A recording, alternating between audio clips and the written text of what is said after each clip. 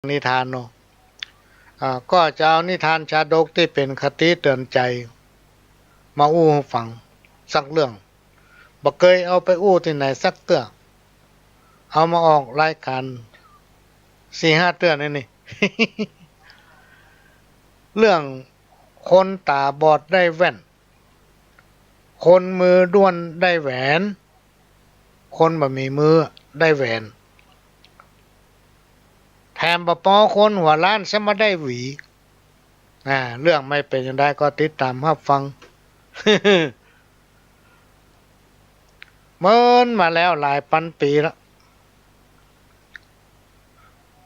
ในสมัยพุทธกาลเนี่ยยังมีเศรษฐีพ่อค้าคนหนึ่งได้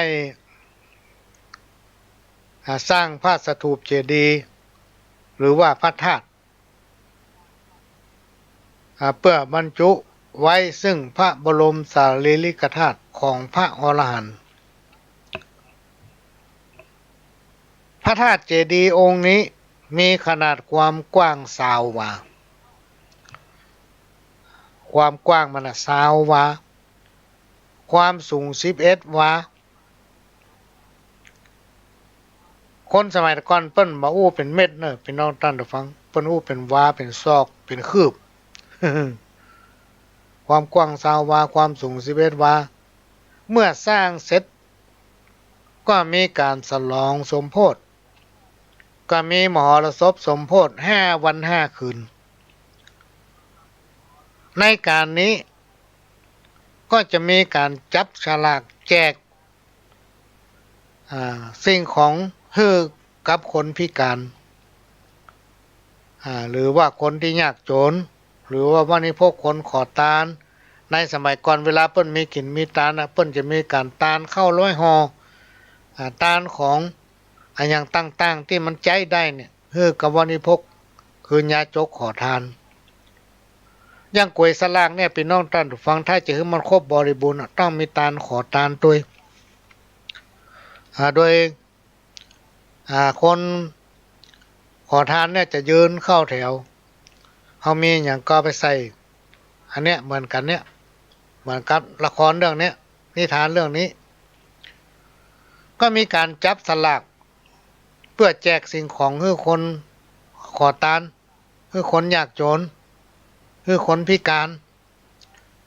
ในช่วงเวลาของการเฉลิมฉลองนั้นได้มีปรากฏการณ์ปาฏิหาริย์เกิดขึ้นมีแสงสีขาวนวลเปล่งแสงสว่างดุจแสงพระจันทร์ปุ้งขึ้นจากองค์พระสถูปเจดีย์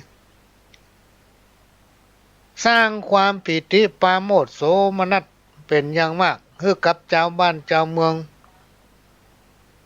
เศรษฐีผู้เป็นเจ้าของจึงได้เพิ่มวันเฉลิมฉลองเป็น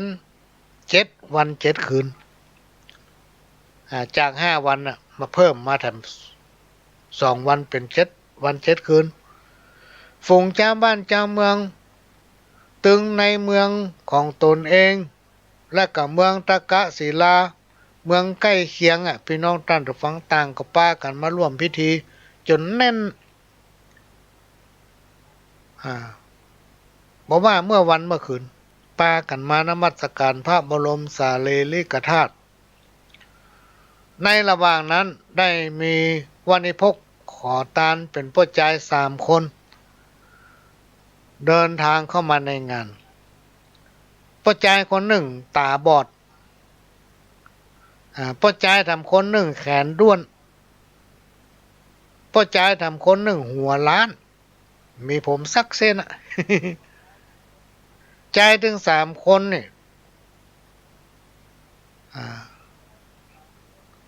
รวมถึงวานิพกหรือว่าญาจกคนอื่นๆต่างก็ยืนเข้าแถวเพื่อรับใบสลากก่อนจะแจกของนี่เปิ้นจะแจกใบฉลากก่อนหรอกคือการให้ปันสิ่งของแก่ญาจกให้ทานแก่วานิพกขอทานถ้ามีคนนักเนี่ยเปิ้นจะแจกสลากเมื่อยืนเข้าแถวต้านเศรษฐีก็ แจกฉลากคือเมื่อแจกสลากเสร็จแล้วก็เข้าไปนั่งประจำที่เพื่อแจกสิ่งของฮื้อตานแก่หมู่ญาจกตั้งหลาย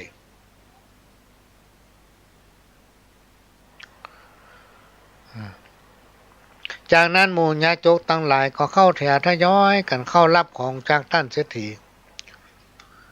พอถึงคิวของคนตาบอดเขาก็จูงมือเข้าไปเพื่อรับของทานจากท่านเศรษฐีนะจากนั้นก็ตามไปด้วยคนที่แขนด้วนเพื่อไปรับของจากท่านเศรษฐีและก็ตามไปด้วยคนหัวล้านฝ่ายจ่ายหัวล้านรับของแจกแล้วก็มาแกะพอตอนหน้าท่านเศรษฐีปรากฏว่ามันมีแว่นกับหวีกับกระจกน้อยๆประจายคนหัวล้านก็มีความสลดเสียใจเป็นอย่างมากคนตั้งหลายก็บอกว่าอย่าเสียใจเลยเพราะว่าดวงของท่านมาอย่างจับสลากได้เองจงพอใจในสิ่งที่ตนได้เตอะใจหัวล้านก็เดินทางกลับบ้านด้วยความน้อยเนื้อต่ำใจในบุญวาสนาพอกลับถึงบ้านก็ได้มอบของที่แจกที่ตนได้มาเนี่ยฮื้อกับผู้เป็นเมียพอผู้ที่เป็นสีภรรยาได้ฮับพี่น้องท่านผู้ฟังก็มาเปิดพอบอกของได้หันในห่อนั้นมีแว่นมีหวีมีกระจกส่องแยงสร้างความปีติให้แก่นางเป็นอย่างมากดีอกดีใจตบไม่ตบมือยกมือขึ้นไหวใจหัวล้านผู้เป็นสามีเสร็จแล้วก็จัดแจงเตรียมกับข้าวกับป่าเพื่อนำมาให้สามีกินด้วยท่าทางกิริยาล่าเริงพ่อนางเกิดว่าใจคนหัวล้านผู้เป็นสามีของนางนั้นฮักนางเอาใจใส่แม้นกระทั่งแว่นหวีกระจกซึ่งเป็นของจำเป็นที่ไม่ยิ่งจะต้องใจผู้เป็นสามีก็สรรหามาให้เมื่อใจหัวล้านหันว่านางผู้เป็นสีภรรยาม่วนอกม่วนใจที่ตนได้มอบแว่นมอบหวีพร้อมกับกระจกให้ก็เลยหายอาการเสียใจที่ตนเองหัวล้านจับเบอร์ได้ของรางวัลเป็นแว่นเป็นหวี ส่วนป้าใจคนตาบอดพี่น้องท่านฟังจับสลากได้แว่นตาจับสลากได้แว่นตา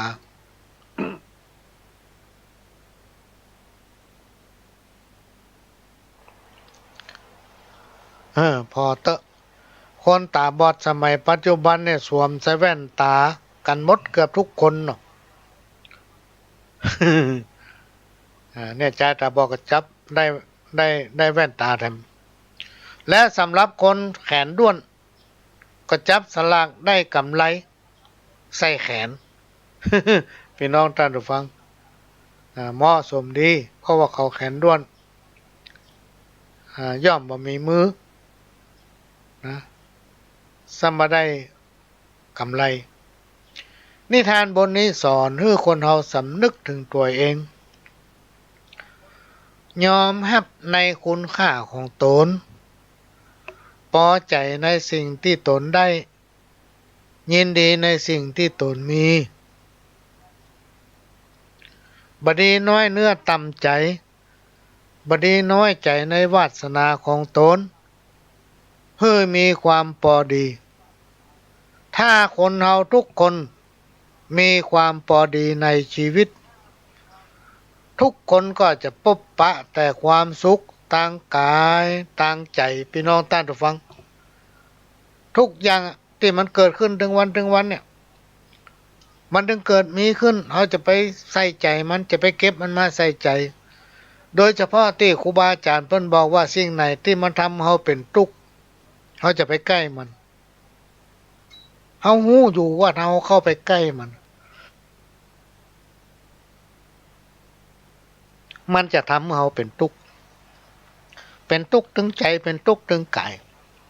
แล้วก็ทำมือกินบ่ได้นอนบ่หลับด้วยทำมือบ่ม่วนใจทำเพราะฉะนั้นจงพอใจในสิ่งที่ตนมียินดีในสิ่งที่ตนอยู่ถึงวันเนี่ยบ่ต้องไปซีเรียสหยังภายจานินทาว่าให้ก็ไปจะไปสนใจพี่น้องท่านผู้ฟังจะไปเก็บมาใส่อกใส่ใจคนเฮาเป็นธรรมดาเขาถึงว่าเกิดเป็นคนถ้าคนใดบอกว่าอย่างไผนี่ครูบาอาจารย์บอกว่านั่นมันไม่ใช่คนเนาะถ้ายังบ่เชื่อลองพ่อเอาไก่หั่นมันมีไก่ตัวใดที่เขี่ยไปตั้งหน้าพี่น้องท่านผู้ฟังมันเขี่ยเข้าตัวมันหมดเพราะฉะนั้นการนินทากาเลเนี่ยเหมือนเทน้ำบ่ชอกช้ำเหมือนอามีดมากรีดหินคนมนุษย์เฮาเนี่ยตราบใดที่เฮายังมีจิตใจชีวิตอยู่เนี่ยมันถึงบ่โป้นสิ่งต่างหลายเหล่านี้เพราะฉะนั้นอย่าไปสนใจอย่าไปเก็บเอามากระวนกระวายมันจะทำให้สุขภาพร่างกายของเฮาบ่สมบูรณ์ที่อู้ได้นี่ก็คือว่าตัวเก่านี่เจอมาละอย่างพ่อหลวงเนี่ยโดนมันนักพี่น้องท่านผู้ฟังคนจังก่อนนัก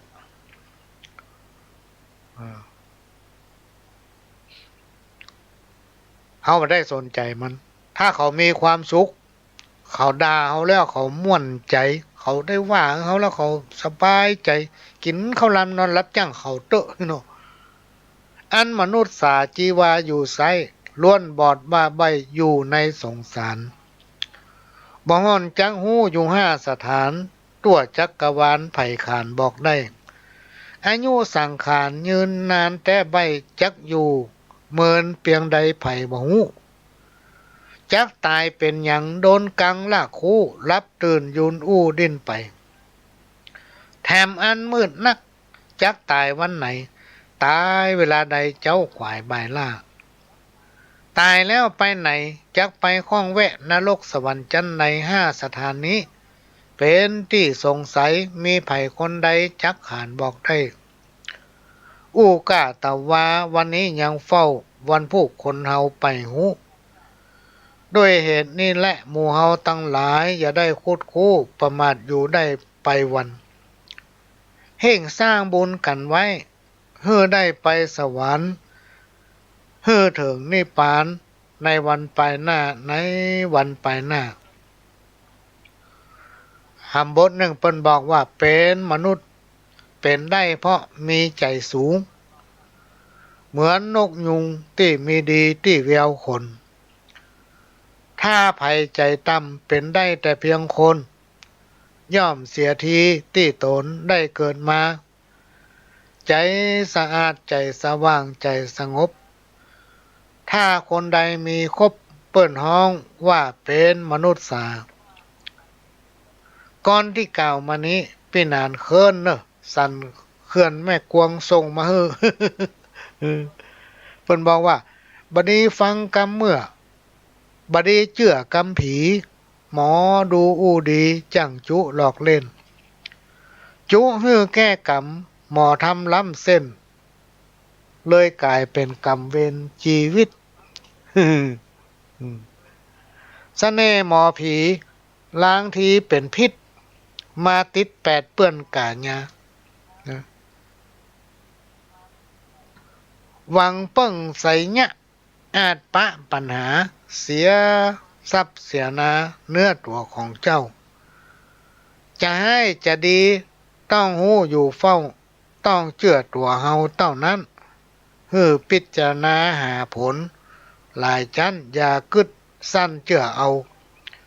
มอพีมอพระขนาดตัวเขายังหากินเดาจากตุกเจ้าบ้านเห็นไหม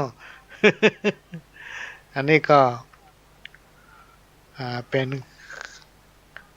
กรรมกรกรรมข้าวตีปีนานเคินสันเขื่อนแม่กวงเนอะเขียนมาเฮือนี่นะ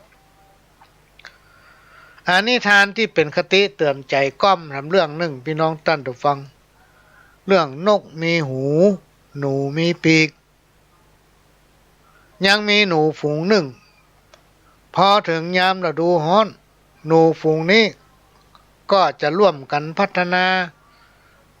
ที่อยู่ด้วยการช่วยกันขุดรูเพื่อเป็นที่อยู่อาศัยพวกหนูๆตั้งหลายต่างก็ มีความสมัครสมานสามัคคีคูดรูอยู่ร่วมกันอย่างขยันขันแข็ง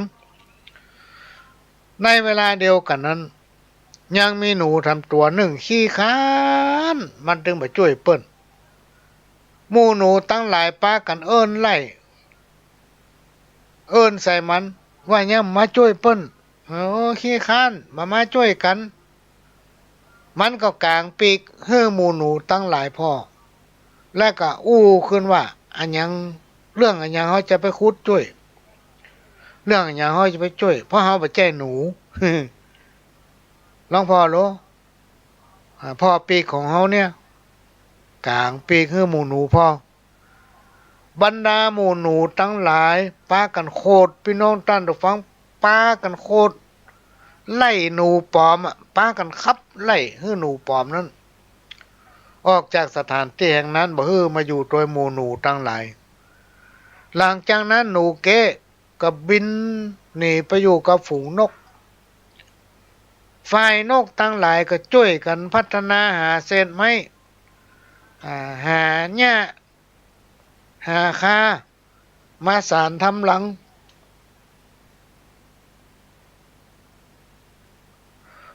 ช่วยกันทำด้วยความขยันขันแข็งแล้วก็นกเกก็อยู่ที่หันในขณะนั้นหมู่นกตั้งหลายรำคาญว่านกตัวเนี้ยมันอย่ามาช่วย ก็ป้ากันเอิ้นด่าพี่น้องท่านผู้ฟังเอิ้นด่าว่ามาช่วยกันทำรังแร่นกแกก็กลางหูเขาพ่อหูนี่โลนกมันมีหูลูกนกจะต้องมีใบหูว่าแล้วก็กระดิกหูพญานกพอบรรดานกตั้งหลายก็เอิ้นบอกกันว่าโอ้ไอ้นี่มันเป็นนกเก๋ หมู่เฮาตั้งหลายป้ากันขับไล่นกเก๋เนาะก็ป้ากันขับไล่จิกไล่เคลียบ่มันอยู่ตัวอยู่บ่ได้ก็เลยปิกมาหาหมู่หนู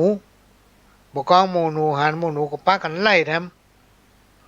เมื่อถูกหมู่หนูตั้งหลายไล่ก็จำเป็นต้องปิกมาหาหมู่นกบรรดาหมู่นกตั้งหลายหันกับป้ากันไล่แถมในที่สุดพี่น้องต้นฟังไปอยู่ไหนก็บ่ได้เลยล่อนเล่พระเนจรเป็นสัตว์จรจัดอยู่หูก็บ่ได้อยู่ห้างก็บ่ได้ต้องนอนห้อยหัวลงจนถึงทุกวันนี้ที่เฮาฮ้องว่าค้างคาว คือนกมีหูจะว่าเป็นหนูก็มีปีกเป็นสัตว์ประหลาดประเภทที่ชอบเอาเปรียบเปิ้นเลยกลายเป็นสัตว์อาเพศพี่น้องท่านผู้ฟังเป็นสัตว์อาเพศ เข้าไปไม่ได้ไปอยู่ที่ไหนก็ไม่ได้ชอบเอาเปรียบเปิ้นถูกสังคมรังเกียจมาจนถึงทุกวันนี้แอบไปนอนตำหน้าโบสถ์หน้าวิหารพ่องแถวศาลาแถวในถ้ำพ่องเนี่ยนิทานเรื่องนี้สอนให้ว่า คนที่ขาดน้ำใจคนที่ใจแคบคนที่มันมีน้ำใจต่อภัยเลยเนี่ยพี่น้องท่านผู้ฟังสังคมรังเกียจคนที่หันแกได้หันแกกินหันแกตัวซ้ำให้เลยสังคมไม่ต้องการให้มีคนประเภทนี้เพราะฉะนั้นกรรมที่ว่าเว้นหมาฮื้อปอศอกเว้นอีวอกฮื้อปอวาเว้นคนป่าลาฮื้อไก่แสนโยชน์กรรมเนี้ยพี่น้องท่านฟังท่องจำไว้เถอะถ้าหัวาเป็นคนบดีคนบอกคนหันแกกินหันแกได้หันแกตัวจะไปไก่มันนี่มันไก่พี่น้องท่านทุกฟังกฐิน